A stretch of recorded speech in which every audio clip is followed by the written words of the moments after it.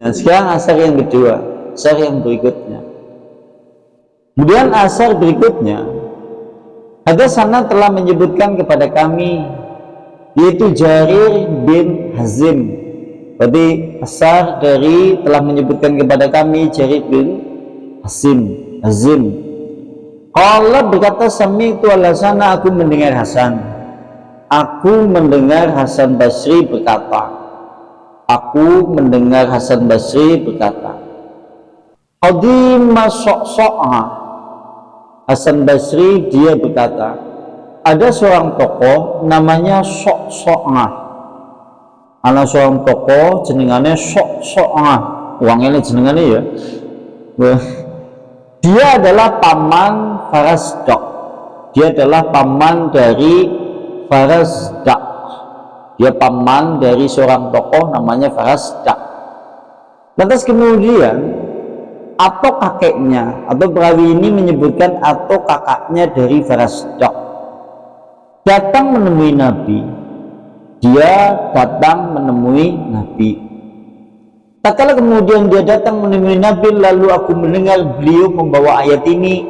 Lalu beliau membawa ayat ini. Begitu dia datang kepada Nabi, dia kembali lagi, dia membawa ayat ini. Ayat itu adalah "Faman ya'mal misqala dzarratin khairan yarah, wa may ya'mal misqala dzarratin syarran yarah." Barang siapa yang beramal, yaitu barang siapa yang beramal seberat biji darah dari kebaikan, maka niscaya dia akan mendapatkan balasannya. Seberat biji darah kan maksudnya seberat biji debu, atau seberat debu, atau seberat atom. Barang siapa yang kemudian beramal wa ma ya'mal, dan siapa yang beramal misqala dzarratin seberat biji darah keburukan, niscaya dia akan melihat balasannya. Begitu kemudian dia mendapatkan itu dari Nabi Shallallahu Alaihi Wasallam, faqala, kemudian dia berkata, hasbi katanya, cukup, la ubali alla asmang khairaha, kata beliau, cukup, aku tidak peduli, bahkan kemudian aku tidak peduli untuk mendengar selain ayat ini. Maksudnya ini bukan menunjukkan bahwasanya dia kemudian tidak belajar kepada ayat yang lain, tapi seakan-akan dua ayat ini ayat yang mencukupi. Dua ayat ini dua ayat yang mencukupi. Sampean kemudian berdasarkan ayat ini saja, itu mencukupi kok. Melbu surga dan jauh dari neraka.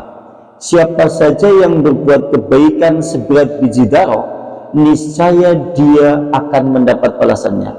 Dan barang siapa yang beramal atau berbuat yaitu keburukan seberat biji darah atau sebesar debu atau seberat atom, niscaya dia akan mendapatkan balasannya.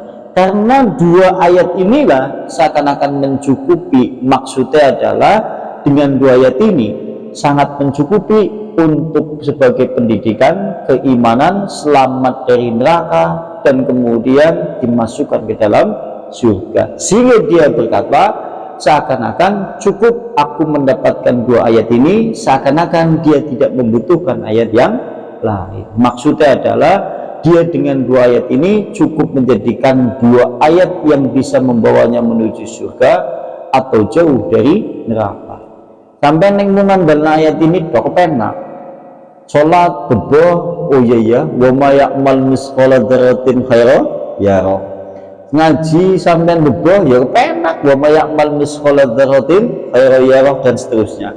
Sampean suatu saat garap ngepet jantung yang oleh tanggane orang ngomong oh iya, dan yang lain semuanya, bahkan semua amalan apa saja dibalas dengan dua ayat ini. Mencukupi enggak? Sangat mencukupi. Tatkala kemudian kita melihat dohir yaitu dohir dibalik hikmah ayat ini. Ayat ini kan ayat yang pendek, ayat sing sering dibaca, tapi hikmahnya sangat besar. Yang mau sampean suatu saat hanya berdasarkan ayat ini yang mencukupi semuanya lah. Sampean nggak baca Al-Quran rasanya kok kayak bubur pati kepenak. Wa ma ya'mal misqala dzarratin khairan yarah, wa ma ya'mal misqala dzarratin syarran yarah. Cukup. siapa saja yang berbuat kebaikan seberat biji zarah maka dia akan mendapatkan balasannya, dan barang siapa yang berbuat keburukan seberat biji zarah niscaya dia akan mendapatkannya. Itu maksud dari kalimat itu. Dan berikutnya, riwayat ini, selain dari riwayat ini, Yazid bin Harum, Syaiban bin Faruq, Yunus bin Muhammad Al-Muadib meriwayatkan dari Jabir bin Hazim. Mereka berkata paman Farasdak. Meriwayatkan dari Hudbah bin Khalid dari Jarim bin Hisam, Soksonga paman Al-Afnas bin Qais. Ini adalah yang benar. Berarti maksudnya Soksonga pamane dari Al-Afnaf bin Qais. Ini riwayat yang benar, bukan paman dari Farasdak. Dan berikutnya, sementara kalau di riwayat yang lain, asar yang lain ini, yang diriwayatkan oleh Musnad Imam Ahmad. Kalau suatu saat kemudian kita melihat riwayatan yang ada di riwayat Imam Ahmad, yaitu di dalam kitab Musnad Imam Ahmad, dan juga Ibnu Sya'ad di dalam kitab At-Tabaqat, Tabrani di dalam kitab Al-Kabir, Haisami di dalam kitab Majma' Az-Zawa, kemudian Imam Syuyuti di dalam kitab Ad-Dur Al-Manthur. Di sana disebutkan Ahbarona telah memberitahu kepada kami Ma'mar dari Zaid bin Aslam, berarti dari sahabat Zaid bin Aslam, anna rajulan, sungguhnya laki-laki berkata, suatu saat ada seorang laki-laki berkata kepada Rasulullah, ya Rasulullah, wahai Rasulullah, wahai Rasulullah, laisa ahadun ya'malu misqala dzarratin khaira illa rahu wa la ya'mal misqala dzarratin syarra illa rahu. Kata laki-laki itu, ya Rasulullah, bukankah seseorang yang dimana dia beramal atau berbuat seberat biji zarah dari kebaikan, kecuali dia niscaya akan melihat balasannya, dan tidaklah orang yang beramal seberat biji zarah keburukan niscaya kemudian dia niscaya akan melihatnya. Allah, berkata Rasulullah, na'am, ya. Rasulullah jawab seperti, ya betul, apa yang kau katakan itu betul. Allah, lantas kemudian berkata laki-laki itu begitu mendapat jawaban dari Rasul, ya betul, apa yang kau katakan itu. Lantas kemudian dia laki-laki itu berkata, fa in talaqa rajulu wa huwa yaqul, maka tatkala laki-laki itu pergi meninggalkan Rasulullah, laki-laki itu kemudian berkata, wasau'atahu, katanya, aduhai keburukan-keburukan. Kalimat itu dia mengucapkan begitu meninggalkan Nabi, dia berkata, alangkah jeleknya keburukan-keburukan. Lantas begitu kemudian dia meninggalkan Nabi, Nabi kemudian berkata, pria itu adalah orang yang beriman. Kalimatnya seperti itu. Ini kan berarti menunjukkan ukuran iman seseorang. Iman itu kan dilandaskan kepada ucapan dengan lisan, diyakini dalam hati, dibuktikan dalam perbuatan. Kan seperti itu. Jadi kalau suatu saat kemudian keluar dari kaidah ini, maka bukan kategori orang beriman. Jika ada seorang laki-laki yang datang kepada Nabi, dia kemudian berkata, wahai Rasulullah, bukankah di dalam Al-Quran telah disebutkan ada seorang, siapapun juga seseorang yang melakukan amalan seberat biji zarah dari kebaikan, niscaya Allah akan membalasnya. Dan barang siapa yang kemudian dia berbuat keburukan seberat biji zarah, niscaya dia juga akan mendapatkan balasannya.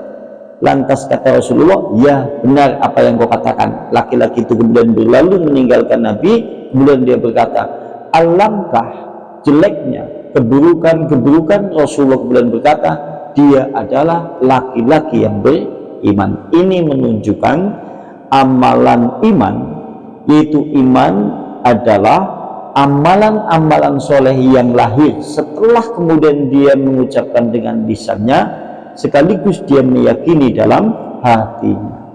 Jadi orang mungkin sing jenengane wong beriman kalau tidak melahirkan perbuatan kebaikan-kebaikan setelah dia mengakui beriman kepada Allah dan beriman kepada hari akhir, sebagaimana yang hari ini memungkinkan.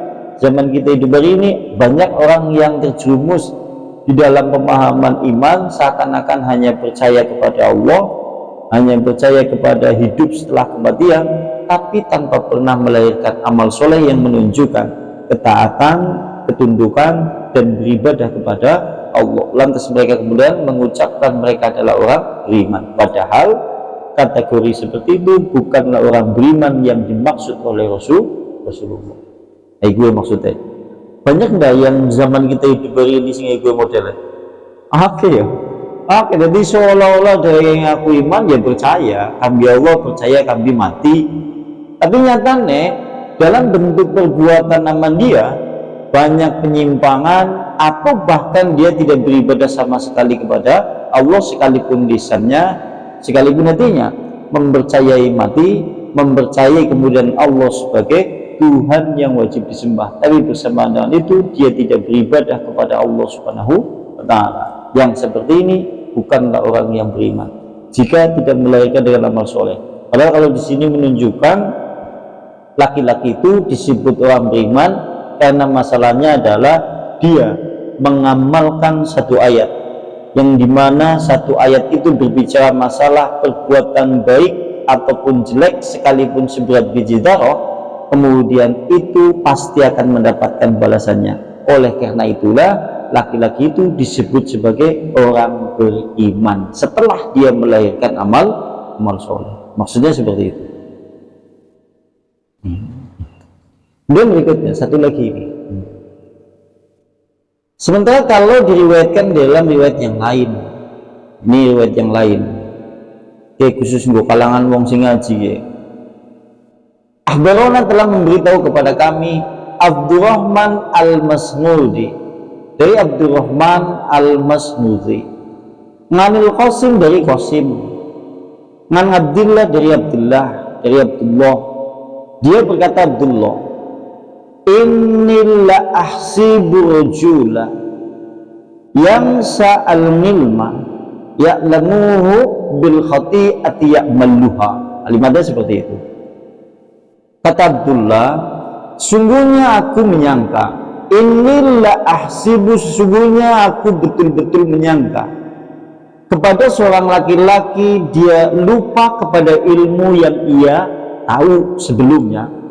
Atau gampangannya kata Abdullah, sungguhnya aku mengira, aku menyangka seorang laki-laki itu lupa kepada ilmu, lupa kepada Al-Quran yang dihafal olehnya, lupa terhadap hadis yang dihafal olehnya. Permasalahan dia bisa lupa terhadap ilmu yang dia ketahui atau dia pelajari, itu permasalahan adalah lantaran karena dosa yang dia lakukan.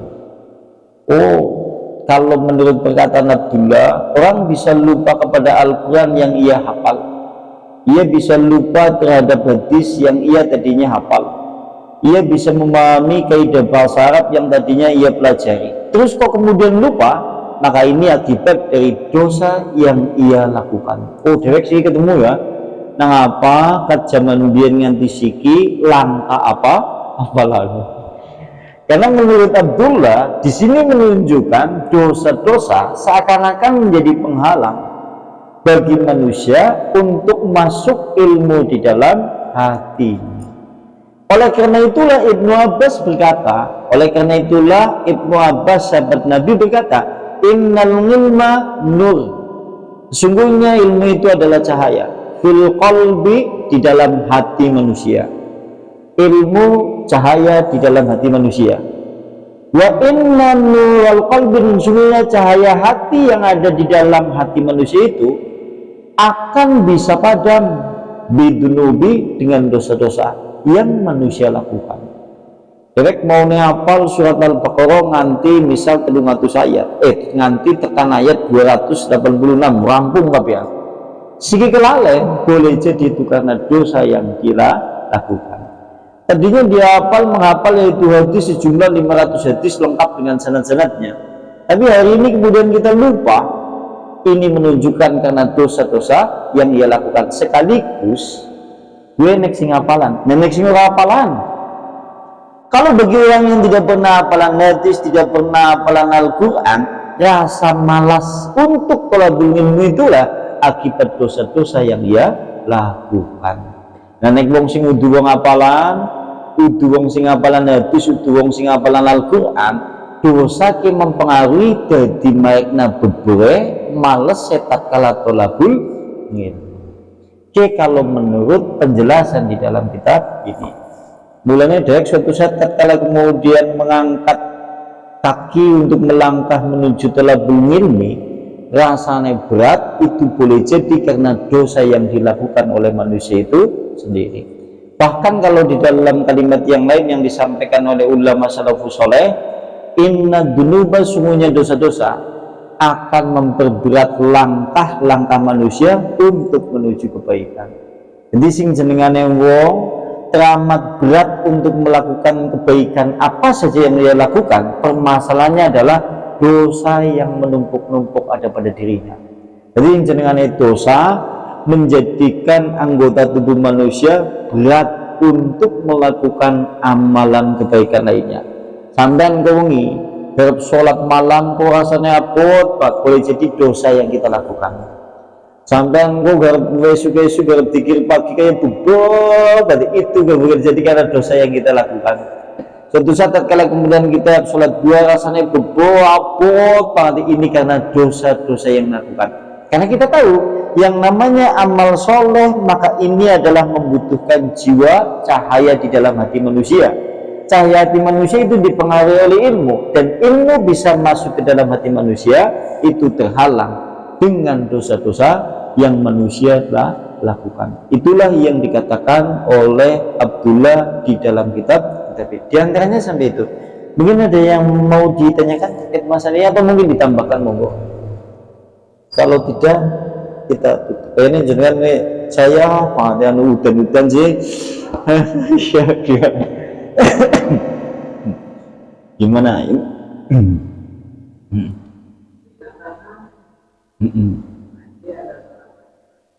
Iya.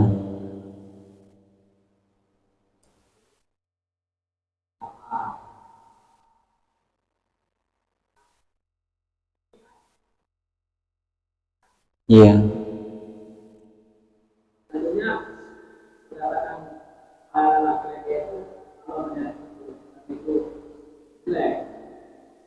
Dia kemudian tentu dia menjauhi tidak atau tidak melakukan perubahan. Itu dikatakan beriman. Nah sekarang untuk orang yang beriman, sudah melihat itu keburukan. Misalnya keburukan di dalam masalah ibadah yang tidak sesuai dengan aturan. Kemudian tetap dilakukan. Padahal termasuk dalam keburukan. Apakah itu disebut orang yang beriman? Padahal dia rajin ibadah, rajin itu termasuk orang yang beriman. Kemudian yang kedua, pengaruh daripada orang itu menuntut ilmu, kemudian akan lama harus pada orang. Apakah sholatnya itu menjadi sholat khusyuk? Apakah sholatnya itu bagaimana itu? Jadi yang sholatnya apa? Jadi sholatnya itu tambah bagaimana?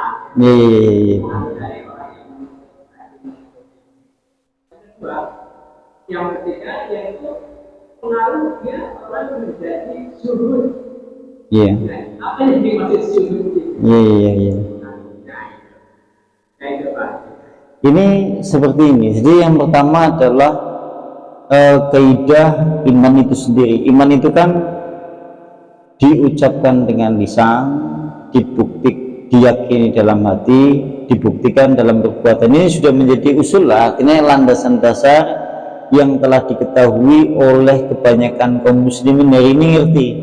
Diucapkan nganggo lisan, diyakini nganggo hati, dibuktikan dalam perbuatan. Ini sebagai bentuk seperti itu. perbuatan itu perbuatan yang beriman, yang diperintahkan oleh Allah dan Rasulullah. Nah, kalau itu dilakukan bukan perbuatan yang tidak diperintahkan oleh Allah, nah itu ya. Ya, ini seperti itu ya. Jadi landasan pertama seperti itu. Landasan dasar orang beriman itu kan, ini landasan dasar dulu. Jadi orang bisa dikatakan orang beriman jika dia yakin dalam hati, kemudian diucapkan dengan lisan, dibuktikan dalam perbuatan. Perbuatan bentuk menjadi syarat dia dikatakan orang beriman adalah perbuatan-perbuatan amal soleh yang wajib. Amal soleh yang wajib, contoh misalnya gini, anak wong ngomong beriman kepada Allah, beriman kepada hari akhir, wis ngomong dengan lisan, wis ngomong dalam hati, dia kemudian melakukan ibadah sebagai seorang muslim seperti sholat, jika mau ibadah-ibadah wajib, maka dia sudah masuk kategori status orang yang beriman. Landasan dasarnya pertama seperti itu. Nah sekarang begitu kemudian dia sudah menjadi orang beriman, artinya gini, kalau lepas dari hal ini berarti bukan orang beriman ya. Kalau dia kemudian mengucapkan dengan lisan, diyakini dalam hati, kok nyatanya kemudian dia tidak sholat, tidak menunaikan kewajiban yang diperintahkan dalam Islam sebagai syarat dia sebagai muslim atau mukmin, maka dia tidak disebut sebagai orang beriman. Setelah kemudian masuk dalam ranah orang beriman, gitu. Lantas kemudian kita dibatasi oleh hadis Rasulullah, apa yang saya perintah lakukanlah, apa yang saya larang tinggalkanlah. Yang pertama gitu kan ya. Terus Rasulullah juga berbicara kalau di dalam ayat ini yaitu terkait masalah barang siapa yang berbuat kebaikan seberat biji zarah, maka kemudian dia akan mendapatkan hasilnya atau mendapat balasannya. Kalau suatu saat kemudian dia berbuat keburukan sekalipun seberat biji zarah, dia akan mendapatkan balasannya. Lantas laki-laki itu kan berkata, alangkah jeleknya keburukan-keburukan itu. Maksud dari kalimat laki-laki itu adalah melihat keburukan, lantas kemudian dia menjauhinya dan tidak menjalankannya. Maka oleh karena itulah Rasulullah ngomong, dia laki-laki beriman. Yang menjadi pertanyaan, apakah tatkala ada orang melihat keburukan seperti perbuatan yang tidak ada di dalam ajaran Islam, dia melakukannya, apakah kemudian dia masuk ke dalam kategori ranah orang yang beriman?